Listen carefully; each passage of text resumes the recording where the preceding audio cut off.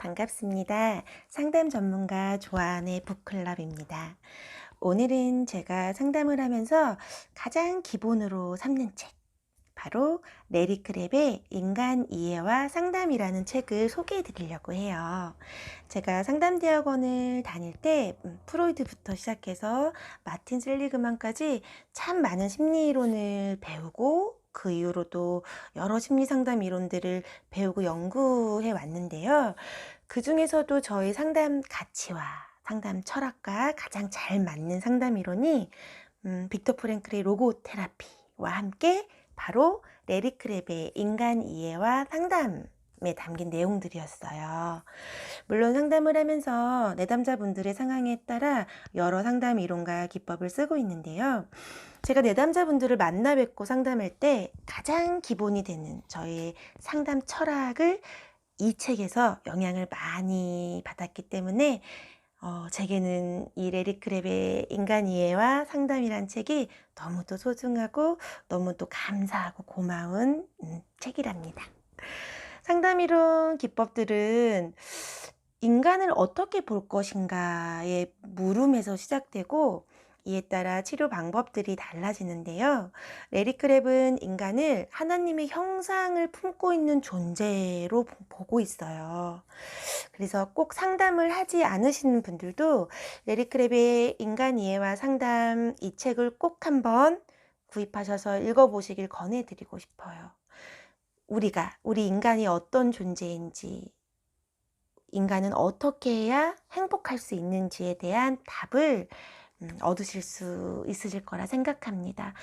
또 크리스천이시라면 더더욱 꼭 읽어보시길 권해드려요. 성경적으로 사는 것이 대체 어떻게 사는 것인지 아주 구체적으로 깨달으실 거라고 생각합니다. 아마 크리스천 분들이라면 하나님께서 직접 얘야, 이렇게 살아야 되는 거란다 라고 아주 친절하고 자세하게 말씀하시는 것 같은 느낌을 받으실 것 같으세요.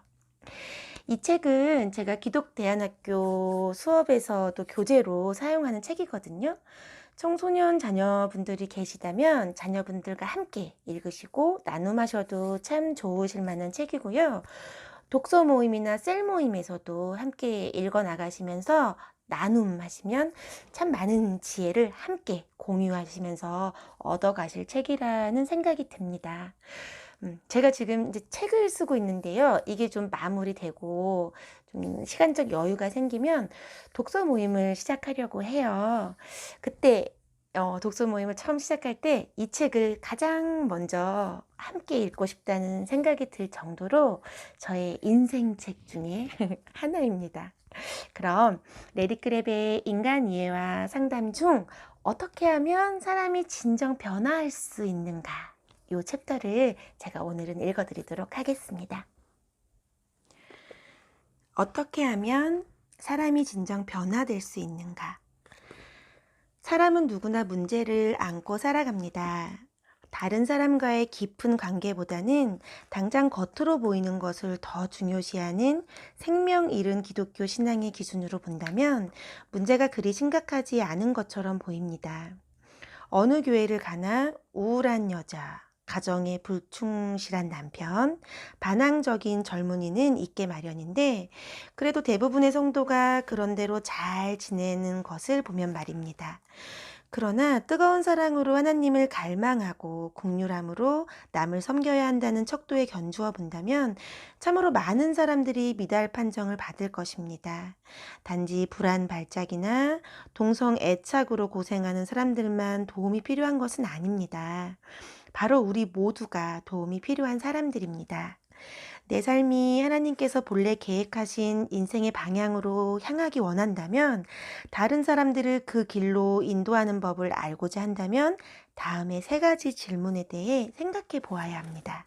첫 번째, 우리는 누구입니까? 두 번째, 왜 우리에게는 그토록 많은 문제가 있습니까? 세 번째, 그리고 그 해결책은 무엇입니까? 우리에게는 사람과 문제와 해결책의 올바른 이해를 위한 모델이 필요합니다. 그 모델은 일반적인 상황에 적용될 수 있을 만큼 넓어야 하며 또한 특수 상황에도 적용될 수 있을 만큼 실제적이어야 합니다.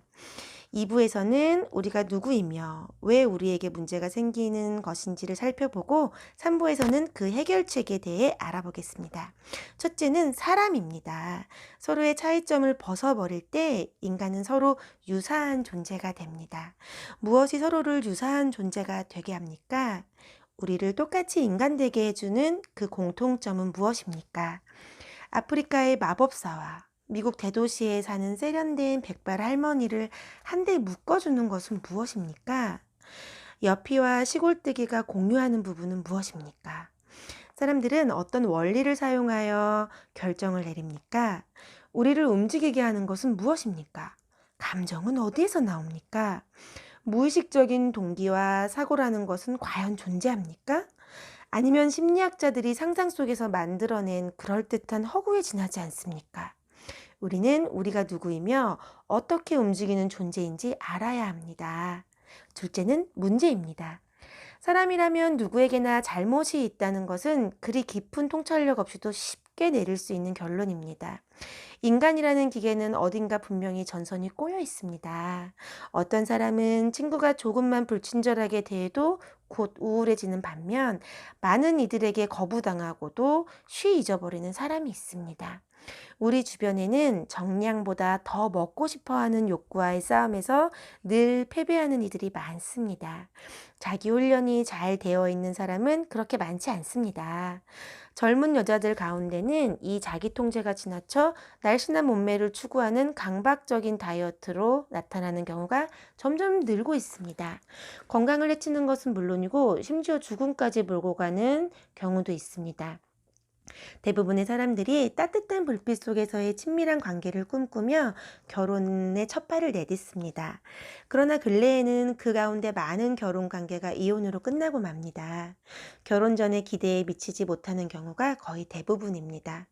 또 성적인 좌절이 끝내 해결되지 않은 채 그만 감정적, 육체적 분리로 치닫는 경우가 얼마나 많은지 모릅니다. 그런가 하면 때로 사람들은 쾌락으로 손짓하는 일탈적인 욕구에 강렬한 유혹을 이기지 못하여 한순간에 빗나간 쾌락을 위해 가정과 직장마저 희생하기도 합니다. 그토록 뜨겁게 연합을 다짐하며 시작한 교회들도 종종 두 진영으로 갈라지곤 합니다. 냉전이든 열전이든 아니면 완전 분리든 결과는 나눔입니다. 물론 진정한 연합을 맛보는 교회도 있지만 그런 교회들조차도 심각한 문제가 전혀 없었던 것은 아닙니다. 친구의 아이가 잘못되었다는 이야기를 들으면 진정으로 그 문제에 관심을 보이면서도 왠지 마음 한구석에 고소해야 하는 감정이 도사리고 있는 것을 보게 됩니다. 그런가 하면 상처받은 사람의 고통을 함께 느끼며 함께 우는 경우도 있습니다. 무엇이 잘못되었습니까? 우리의 관계는 분명 정상이 아닙니다. 무엇 때문입니까? 문제의 뿌리는 무엇입니까? 이것이 바로 둘째 질문입니다. 셋째는 해결책입니다. 추리소설을 읽다 보면 끝 장면을 펼쳐보고 싶은 유혹이 듭니다. 그러나 우리는 그 유혹을 물리쳐야만 합니다. 탐정이 풀어가는 실타래의 복잡성을 먼저 이해하지 않고서는 그가 보여주는 기막힌 수사의 묘미를 제대로 느낄 수가 없습니다. 똑같은 원리가 여기에도 적용됩니다. 사람과 문제를 제대로 이해할 때 제대로 된 해결책이 나올 수 있다는 것입니다. 예컨대 갈보리라는 해결책도 죄의 문제를 얼만큼 이해하고 있느냐에 따라 그 크기가 다르게 와 닿는 것입니다. 우리가 누구이며 우리에게 왜 그렇게 문제가 많은지를 알아낸다는 것은 어렵고 때로는 지루하기도 한 작업입니다. 그러나 우리가 이 작업을 건너뛰어 버린다면 다른 사람들을 도우려는 우리의 노력은 얄팍한 것이 될 것이며 더 장기적으로 볼 때 무용지물이 될 것입니다. 여기서 우리가 부딪히게 될 한 가지 장애물이 있습니다. 우리에게 분명한 변화의 이론이 없다는 것입니다. 성질 급한 부모가 까다로운 자녀들 앞에서 어떻게 인내심을 키울 수 있습니까? 두려움에 쌓인 갓 결혼한 남자가 어떻게 자신감 있고 사랑 많은 남편이 될 수 있습니까? 동성을 보며 성적 흥분을 느끼는 여자가 어떻게 이성에 대한 욕구를 가지겠습니까? 상담가들과 목사들을 포함하여 우리는 대부분 이런 질문들의 답을 알지 못합니다. 사람은 반드시 바뀌어야 하고 그리스도인은 그리스도 안에서 성장해야 합니다. 우리는 모두 그 사실을 압니다. 또 그것이 가능하다고 믿습니다. 그러나 이 변화가 어떻게 일어나며 무엇이 이 변화를 촉진시키는지에 대해서는 분명히 알지 못합니다. 아는 것이라고는 그저 순종하고 기도하고 말씀을 보아야 한다는 몇 가지 기본 개념들밖에 없습니다. 우리는 흔히 신학이니 기독교 교육 방법이니 교회 구조니 하는 주제를 가지고 감동적인 토론을 함으로써 자신의 무지를 숨기려 듭니다. 대부분 이런 토론들에 공통적으로 빠지는 것이 바로 조리 있게 정리된 변화 모델입니다. 돌아오는 주일 교회 임원회에 가서 사람이 어떻게 변화된다고 생각하는지 임원들에게 한번 물어보십시오. 과거 자신들의 삶 속에서 일어났던 변화의 신뢰를 참고하여 대답해 보라고 하십시오. 그 변화가 구체적으로 무엇 때문에 일어났는지 묻는다면 아마 하나님과 그분의 말씀의 능력에 대한 캐캐묵은 진부한 얘기들을 무더기로 듣게 될 것입니다. 그러나 그 말들을 자세히 살펴보십시오. 그것은 그들이 변화의 원인에 대해 알고 있는 바가 거의 없다는 이야기나 마찬가지입니다. 우리에게는 다른 사람을 돕는 일에 구체적인 전략으로 쓸 수 있을 만한 문제 해결에 대한 분명한 개념이 없습니다. 내가 생각하기로 우리가 변화 모델을 만들어내지 못하는 것은 사람과 문제에 대한 이해가 모호하고도 피상적이라는 사실과 직접 관련되어 있습니다. 그 우울증이 왜 생겨났는지를 먼저 이해하지 못하고서 어찌 우울증을 극복하도록 도울 수 있겠습니까? 돕는다 해도 좋은 성과를 나타내지는 못할 것입니다. 우리가 먼저 사람들 내부에서 무슨 일이 일어나고 있는지 분명한 개념을 가져야 합니다. 그래야만 자신 있게 어느 방향이든 제시해 줄 수 있게 됩니다. 정직한 연구는 필연적으로 혼란을 야기시킵니다. 상담가들은 너무나 자주 이 혼란을 회피한 채 그저 자기가 좋아하는 이론에 안일하게 주저앉고 맙니다. 물론 그 이론도 최소한 몇 가지 문제에 대해서는 답을 제시할 수 있을지 모릅니다. 어렵게 얻은 결론을 뒤집어 놓을 수도 있는 사소한 몇 가지 사실들을 무시한다는 것은 정말 구미가 당기는 일입니다. 왓슨 박사 말처럼 나중에 사실이 아니라는 게 밝혀질 이론을 가지고 우리는 지금 기뻐하고 있는 것입니다. 그보다는 고통이 따르긴 하겠지만 셜록 홈즈가 취한 방법이 더 훌륭한 길입니다. 그는 아무리 사소한 일이라도 모든 문제가 해명될 때까지 기꺼이 그 혼란 상태에 남아 있었습니다. 우리에게는 사람과 문제와 해결책이라는 주제에 다가갈 수 있는 길, 즉 모델이 필요합니다. 그 모델은 모든 자료를 포괄할 수 있는 유연성을 가지고 있어야 하며 실제 삶 속에서 지침을 삼을 수 있을 만큼 충분히 구체적이어야 합니다. 지금부터 이 영역들을 살펴보는 데 있어서 적어도 이것만큼은 중요하다고 생각하는 5가지 사실이 있습니다. 이제 하나하나 소개하겠습니다. 첫 번째, 사람을 이해하는 데는 서로 다른 많은 접근들이 있습니다. 두 번째, 사람은 누구나 어떤 주제에 대하여 자기 나름의 개념을 갖고 있으며 그 인식과 정확성의 정도는 사람마다 다릅니다. 세 번째, 우리가 받아들이는 견해가 어떻든 그것은 우리가 사람과 인생을 다루는데 깊은 영향을 미칠 것입니다. 네 번째, 그 모든 접근들이 다 옳을 수는 없습니다. 그 개념들 가운데 다수는 서로 모순됩니다. 그러므로 그 중에는 분명 잘못된 것들도 있습니다. 다섯 번째, 사람, 문제, 그리고 해결책에 대한 진정한 이해는 인생 범사의 배우의 인격적인 창조주가 계심을 인정할 때 비로소 가능해집니다. 어느 책에 보니 오늘날 심리학 분야에는 사람을 이해하는 방식에 대한 모델이 200가지도 넘는다고 합니다. 이렇게 선택안이 많은 상황에서 유용한 몇 가지를 간단히 추려내려 한다면 우리는 필경 포괄성을 잃고 말 것입니다. 그러나 이러한 혼란 속의 정리 작업에는 충분한 대가를 치를 만한 유익이 있습니다. 그 많은 접근들을 몇 가지 공통적인 주제를 따라 대별할 수 있다면 대안들의 평가 및 우리 나름의 결론에 도달하는데 분명 유용한 기초가 될 것입니다. 이미 일부에서 다룬 개념을 반복하는 것이 되겠지만 우리는 반드시 성경의 내용을 척도로 사람과 문제와 해결책에 관한 모든 개념의 신빙성을 측정해야 합니다. 세 가지 기본 모델. 어떤 내담자가 우울하다고 얘기할 때 상담가로서 우리가 가장 먼저 할 일은 그 문제의 원인이 신체적인 것인지의 여부를 조사하는 것입니다. 어떤 기준을 가지고 그것을 구분하느냐는 여기서 다룰 문제가 아닙니다. 여기서는 이 우울에는 신체적인 원인이 전혀 없다고 가정합시다. 그러면 이제 어떻게 해야 합니까? 이 우울이 최근에 일어났던 사건들과 상관이 있는지 알아보고자 질문을 던지니 이 내담자는 우울을 유발할 만한 사건이 전혀 없었다고 얘기합니다. 최근에 사랑하는 사람이 죽은 일도 없었고 건강도 좋은 편이며 가족들 관계도 문제가 없습니다. 중대한 위기가 발생한 적도 없었고 직장이나 수입도 만족스러운 편입니다. 사람들과 이야기를 하다 보면 도대체 방향을 어디로 잡아야 할지 전혀 감이 잡히지 않는 경우가 종종 있습니다. 길이 선명히 떠오를 듯 하면서도 점점 미궁으로 빠져들곤 하는 것입니다.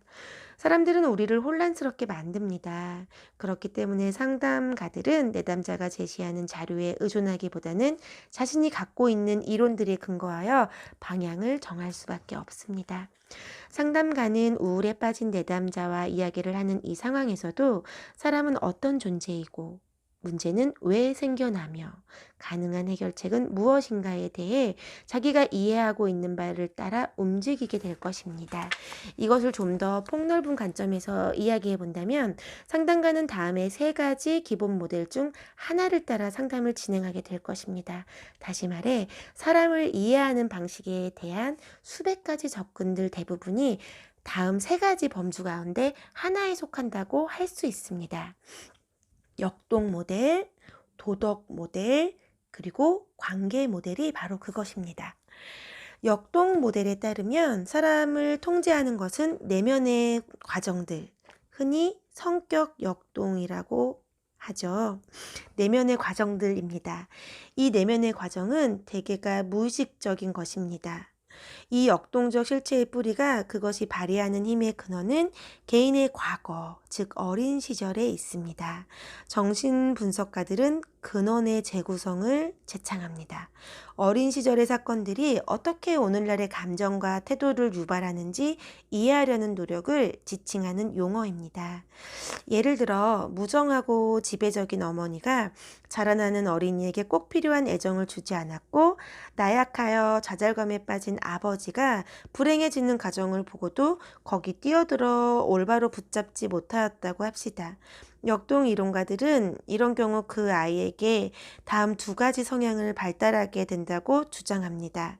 강한 인상을 주는 여자를 증오하며 두려워하는 성향과 동조와 후퇴로밖에 자기 세상을 다스릴 줄 모르는 나약한 인간으로서의 자기 이미지, 아버지를 그대로 닮은 이미지입니다. 이런 역동적인 과정들은 어린 시절 피해의 산물입니다.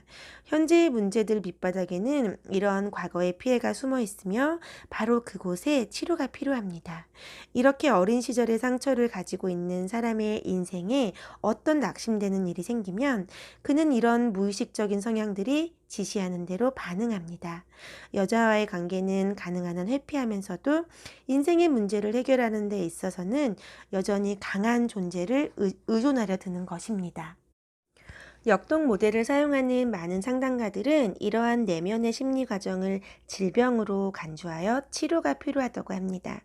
내담자는 근본적으로 부모의 잘못된 양육의 희생자입니다. 그에게는 성격 구조의 해부와 재정리를 목표로 하는 집중적인 치료가 필요합니다. 내담자가 현재의 사람들과 관계 맺는 양식을 바꾸지 못할 때마다 상담가는 그에게 아직 처리되지 않은 과거의 내적 억압이 남아있다고 생각합니다. 그러므로 더 깊은 통찰력, 지속적인 치료가 필요합니다. 역동 모델은 문제를 볼 때 기저에 깔린 질병의 한 증상으로 봅니다. 그런 면에서 이 모델을 인간 이해에 관한 의학적 모델이라고도 말합니다. 의사가 환자를 볼 때 몸에 질병을 가진 사람으로 보듯 상담가도 심리적 질병으로 고통하는 환자에게 치료를 제공합니다. 이 치료의 본질적 요소는 문제의 숨겨진 뿌리를 찾아내는 것입니다. 뿌리를 찾아내면 현재의 문제를 더욱 원활하게 처리할 수 있다는 것이 역동 모델 상담가들의 생각입니다. 도덕 모델은 역동 모델과는 정반대로 사람을 봅니다. 이런 견해를 가진 상담가들이 중요시하는 것이 있습니다. 즉, 상담가가 내담자의 문제 행동에 대해 조금이라도 주의를 덜 기울이게 되면 내담자는 그것을 자신의 무책임에 대한 변명의 기회로 삼는다는 것입니다. 내가 너무 우울하여 잔디를 깎을 수 없다면 어쩔 수 없는 일입니다. 나한테는 아직 치료되지 않은 내면의 문제들이 있단 말입니다. 도덕 모델의 상담가들이 보기에 인간이란 혼란에 빠진 존재이기보다는 고집을 내세우는 존재입니다. 우리의 모든 행동의 뿌리는 이른바 역동 과정에 있는 것이 아니라 인간의 고집스런 의지에 있습니다. 사람은 자기 행동에 대해 책임을 져야 합니다. 그러므로 훌륭한 상담이란 시종 구체적인 행동 성향에 초점을 맞춥니다. 이들은 변화된 행동을 기준 삼아 성과를 측정합니다. 무책임한 행동을 찾아내서 적절한 변화를 촉구하는 것이 곧 상담가의 할 일입니다.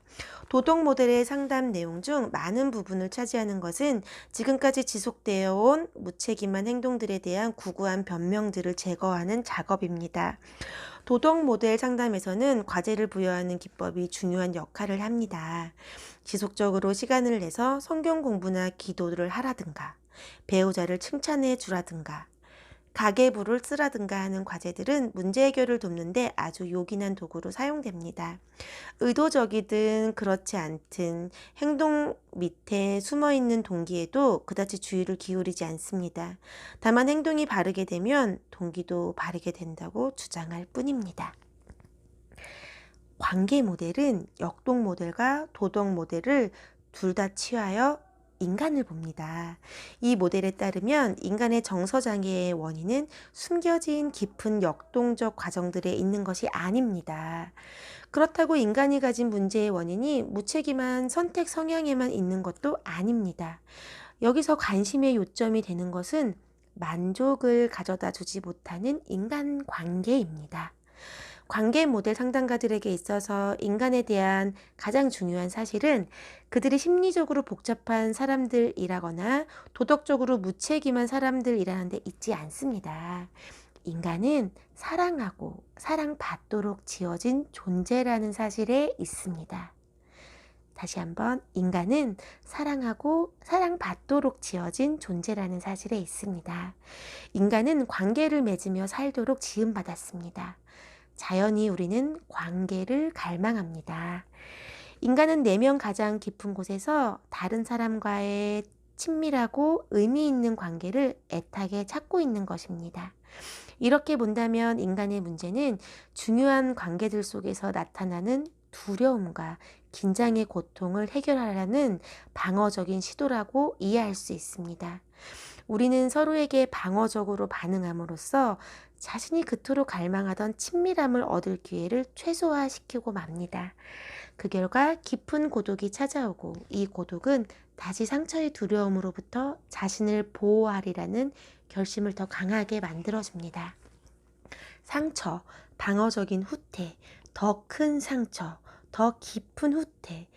사람들은 이러한 악순환에 사로잡혀 있습니다. 관계 모델 상담가들은 내담자들에게 인정의 관계를 제공하고자 합니다. 그것은 첫째, 적어도 어떤 한 사람과, 아니 그 이상의 사람들과 의미 있는 상호작용을 통해 외로움을 줄일 수 있다는 희망을 심어주고, 둘째, 새로운 비방어적인 관계 유형을 연습해 볼 수 있는 안전한 장을 마련해 주기 위해서입니다. 개방, 용기, 약점 노출, 자기 의견 발표 등이 관계 상담가들이 특히 강조하는 덕목입니다. 사람들은 자기가 다른 사람들 사이에 있을 때 어떻게 느끼는가를 자기 자신에게 솔직하게 인정할 필요가 있습니다. 또한 진정한 자기가 될 수 있는 용기도 필요합니다. 우리는 애정을 얻으려거나 거부를 피하기 위한 조직적인 시도들을 포기해야 하며 그 대신 위장이나 후퇴 없이 다른 사람들에게 자기 자신을 있는 그대로 내보여야 합니다. 대부분의 상담 접근들이 위의 세 모델 중 한 가지 혹은 그 이상의 핵심 가정을 취하고 있는 것을 볼 수 있습니다. 아예 전적으로 한 가지 모델에 속해 있는 접근이 있는가 하면 쉽게 어느 한쪽으로 분류하기 어려운 것도 있습니다. 예를 들어 행동요법은 역동 모델과 도덕 모델을 기발하게 혼합한 방법입니다. 이 치료는 사람은 좋지 않은 환경의 피해자라고 주장하는 동시에 변화되어야 할 것은 내면 구조가 아니라 행동이라고 강조합니다. 게슈탈트 요법과 그 한계파인 프라이멀 요법은 역동 모델과 관계 모델이 혼합된 것입니다. 그 많은 접근들을 다 이 세 가지 모델에 비추어 자세히 규명할 필요는 없습니다. 그러나 이 모델들이 가진 중심 가정은 우리의 인간관의 기본이 되기 때문에 충분히 생각해 볼 가치가 있다고 확신합니다. 어떻게 상담할 것인가는 우리가 어떤 가정을 받아들이냐에 따라 달라집니다. 예를 들어 역동 모델 상담가는 사람들에게 행동을 변화시키라는 충고를 거의 하지 않습니다. 반면에 도덕 모델 상담가는 지시적인 충고를 자유자재로 합니다. 도덕 모델 상담가는 내담자의 과거나 현재의 미묘한 동기들을 깊이 살펴보는 데는 별로 시간을 들이지 않습니다. 그러나 역동 모델 상담가는 그런 것을 찾아내는 일이 진정한 도움의 핵심이라고 생각합니다. 관계 모델 상담가는 내담자의 의존성이라는 주제에 대해서는 별 관심이 없으나 역동 모델 상담가는 전위 취급과 전문가로서의 거리 유지 문제에 심각한 노력을 쏟아붓습니다. 관계 모델은 상담자와 내담자 사이의 관계를 변화의 근본 도구로 삼아 거기에 초점을 맞추는 반면 도덕 모델은 상담의 도구로서 지시를 강조합니다. 어느 모로 보나 각 모델은 서로 다릅니다. 어느 모델을 가지고 상담하느냐에 따라 방향은 달라지게 되어 있습니다. 어떤 것을 믿어야 할지 조심스럽게 결정하는 일은 매우 중요합니다. 이 모델들이 전적으로 옳을 수는 없기 때문입니다. 사람과 문제와 해결책에 대한 모든 개념을 측정할 수 있는 어떤 기준이 있다면 우리는 모든 견해들을 그 기준에 비추어 살펴보아야 합니다. 우리는 성경이 절대 권위의 완전하고 충족한 기준이라고 앞에서 미리 결론을 내렸습니다. 그러므로 어떤 상담 모델이 바람직한 것인지는 성경을 기준으로 알아낼 수 있습니다. 성경적 상담가는 역동 모델 이론가의 말처럼 인간의 마음속 깊이까지 파고 들어가 들여다보아야 하는 것입니까? 아니면 그런 유의 깊은 분석은 상담가에게는 제한 구역이요, 오직 성령께서만 하실 수 있는 일입니까? 성경적 상담가는 행동 변화에 주안점을 두어야 합니까? 다시 말해서 변화받고자 하는 개인의 결심을 강화시켜주고 돕기 위해 기도나 성경 읽기, 교회 출석 같은 것을 꼭 필요한 도구로 강조해야 합니까? 아니면 성경의 인간과는 행동 변화를 중시하는 이들이 고려하는 사항들보다 훨씬 더 복잡한 것입니까? 성경적 상담가는 우리에게 서로 사랑해야 할 책임이 있다는 사실을 근거로 관계 모델을 선택해야 합니까? 아니면 더 깊은 내성과 더 강한 직면도 함께 중요한 것으로 취급해야 합니까? 어떤 모델이 성경적인 모델입니까? 그중 어느 하나가 다른 둘보다 더 성경적입니까? 혹 그중 두 가지 모델이 보다 성경적입니까? 세 개 모두를 뒤섞는 것이 성경적입니까? 아니면 완전히 다른 또 하나의 모델이 필요합니까? 이것이 다음 장의 주제입니다. 우선 우리는 누굽니까? 라는 질문에 대해 생각해 보는 것으로 시작하겠습니다. 네, 오늘은 여기까지 읽어드렸는데요.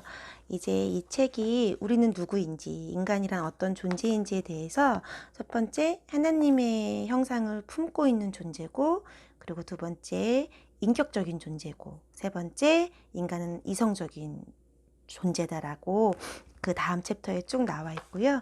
변화의 시발점은 회개이고, 그다음 선택의 자유가 있는 인간은 의지적인 존재고, 그리고 인간은 감정적인 존재다. 이렇게 인간을 어떻게 이해할지, 인간이란 존재는 어떤 존재인지에 대해서 쭉 이제 챕터별로 설명이 나와 있고요. 그 다음에 이제 성숙을 향하여, 성숙의 증거는 사랑인데 어떻게 이 사랑이라는 모습들이 나타나는지 아주 구체적으로 잘 나와 있습니다. 그러면 이 부분들은 좀 나중에 제가 또 기회 되면 읽어드리기로 하고요. 앞에 읽어드렸던 역동 모델, 도덕 모델, 관계 모델의 장점과 약점을 뒤에 부록에 실어놔 놓으셨어요. 이 부분을 함께 읽어드리면 또 도움이 되실 것 같으세요. 읽어보도록 하겠습니다. 역동 모델, 도덕 모델, 관계 모델의 장점과 약점. 인간을 보는 세 가지 모델이 인간의 인격을 이루는 네 가지 요소들을 각각 어떻게 인정하는가 또는 부정하는가를 살펴보는 것이 도움이 될 것 같습니다. 인간이에 대한 각 모델들이 얼마나 타당한지는 그 모델이 네 가지 요소, 인격, 이성, 의지, 감정, 인간이 이 네 가지 요소를 갖고 있다는 거죠. 인격, 이성, 의지, 감정을 얼만큼 효과적으로 고려하고 있는지에 따라 평가할 수 있습니다. 역동 모델은 인간의 마음에 대한 심층 작업을 강조하며 사고 과정과 감정 두 가지 모두에 관심을 가집니다. 그러나 대개 이 모델은 인간의 책임감 있는 선택의 역할에 대해서는 거의 강조하지 않으며 어떤 때는 아예 무시하는 경우도 있습니다. 네, 저도 상담을 하면서 보면 요 역동 모델, 특히 정신분석적으로만 상담을 받으셨던 분들은 저는 엄마 아빠가 이렇게 저를 키워서 어쩔 수가 없었어요. 저는 옛날에 이런 상처가 있기 때문에 제가 지금 이런 건 당연해요 라고 책임감 없는 모습을 보이시거나 너무 자기 연민에만 빠져 계신 분들을 저도 만났던 사례들이 많이 있었습니다. 그다음 도덕 모델 읽어드릴게요. 도덕 모델은 선택의 중요성을 굉장히 강조합니다. 인간이란 뭐니 뭐니 해도 자기 행동에 책임을 지는 존재임을 주장하기 때문입니다. 이 모델은 인간의 사고가 얼마나 중요한지도 어느 정도 인정합니다. 그러나 깊은 갈망과 감정에 대해서는 거의 관심을 기울이지 않습니다. 감정을 강조하면 그것을 책임 회피의 구실로 삼게 된다는 것입니다. 그때 난 도저히 큰 소리를 치지 않을 수 없었어. 화가 났었단 말이야 하는 식입니다. 이 도덕 모델은 어떤 많은 가정에서나 학교에서도 좀 많이 쓰시는 모델인 것 같다는 생각이 좀 들어요. 다음 관계 모델 읽어드릴게요. 관계 모델은 사람이 바로 그 순간 어떤 감정을 느끼냐가 거의 모든 관건이 됩니다. 때로는 자신과 다른 사람에 대해서 긍정적인 감정만 느낄 수 있다면 어떤 행동도 다 괜찮다고 격려하기도 합니다. 이 모델에서는 깊은 갈망은 어느 정도 중시되지만 선택은 거의 중시되지 않으며 사고 과정과 신념에 대해서는 더 말할 것도 없습니다. 이 모델을 극단적으로 따르는 사람들은 내 기분만 좋으면 어떤 행동도 다 좋아 라고 말합니다. 이 모델 같은 경우에는 공감해주고 위로해주고 격려해주는 건 참 좋은 모델인데 그 이후에 가정이나 학교 같은 경우에는 훈계까지 함께 들어가야 한다는 것이죠. 균형 잡혀 있지 않은 인간관에 의해 인격의 네 가지 특질 중 어느 하나라도 무시되면 그 결과는 아주 심각하다는 사실을 결코 잊지 말아야 합니다. 만일 여기 인간의 깊은 갈망에 대해서는 별 관심이 없는 상담가가 있다면 그는 비관계적이고 깊이가 없으며 살아있는 것 같지 않게 따로 멀리 격리되어 있는 사람이 될 것입니다. 이런 분위기 속에서는 율법주의가 난무하기 쉽습니다. 만일 인간의 사고 기능이 과소평가된다면 그때의 상담은 방법이야 어떻든 좋은 결과만 보장되면 괜찮다는 식의 맹목적인 추구가 될 수 있습니다. 이들은 사람들의 잘못된 사고에 어떠한 도전도 주지 않으며 하나님을 향해 나아가는 자세도 결코 개발되지 않습니다. 만일 의지의 기능이 무시된다면 이 경우의 상담은 나약한 성품의 사람들을 낳고맙니다. 사람들은 변화의 주체로서 자기 세계를 책임감 있게 주관해 가는 것이 아니라 그저 어떤 변화가 결과가 저절로 찾아오기만을 기다리게 되는 것입니다.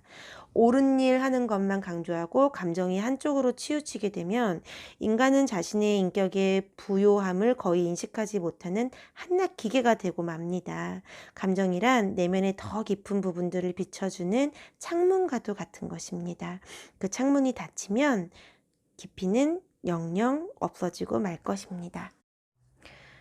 사실 상담뿐만이 아니라 모든 인간관계 안에서 이 인간의 네 가지 요소, 인격, 이성, 의지, 감정, 이 네 가지를 존중해주는 관계일 때 그 관계가 정말 하나님께서 보실 때 아름답다, 참 합하다 하는 관계가 아닐까 싶습니다. 오늘은 여기까지 읽어봤고요. 제가 레리 크랩을 다 많이들 아실 거라고 생각해서 레리 크랩에 대해서 소개를 안 했네요. 레리 크랩은 성경적 상담의 대가로 존경받는 심리학자시면서 복음주의의 대표 작가시죠. 레리 크랩이 쓰신 저서로는 결혼 건축가, 레리 크랩의 교회를 교회되게, 하나님의 러브레터, 레리 크랩의 파파 기도, 영적 가면을 벗어라, 끊어진 관계 다시 잇기. 정말 좋은 책들을 많이 쓰신 분이시고요. 영적 가면을 벗어라. 이 책도 제가 참 인상 깊게 읽은 책인데 기회 되시면 읽어보셨으면 좋겠고요. 인간 이해와 상담 요 책 뒷면에 글이 좀 있어요. 요 글을 마지막으로 읽어드리고 마무리하도록 하겠습니다. 심리학과 기독교 상담은 별개의 문제인가? 성경은 과연 상담을 위한 교과서인가? 그렇지 않은가? 심리장애는 영적인 것과는 전혀 별개의 범주에 속하는가? 성경과 상담 사이에서 고민하는 이들을 위한 책. 인간을 올바로 이해해야 성경적 상담의 눈이 열린다. 사람들이 예수 그리스도께서 길이요, 진리요, 생명이라는 단순하지만 근본적인 사실을 얄팍함이나 현실과의 괴리에 빠지지 않으면서 받아들일 수 있도록 기초를 도와주기 위해 이 책을 썼다. 이 목표를 달성하기 위해서는 심리장애가 하나님을 등진 삶을 추구하는 데서 나온 죄성의 결과라는 사실을 반드시 짚고 넘어가야 한다. 상처받는 것은 정상이다. 우리는 어떤 상황에서도 기분 좋은 감정을 유지해야 한다는 중압감에서 벗어나야 한다. 비통에 처한 사람들은 그 감정을 받아들여야 한다. 가족과 사별한 사람들은 슬퍼해야 하고, 직장을 잃은 사람들은 암담한 기분을 느껴야 한다. 모든 감정은 우리 모두가 하나님께 의존해야 하는 존재임을 더 깊이 깨닫게 하는데 사용될 수 있다.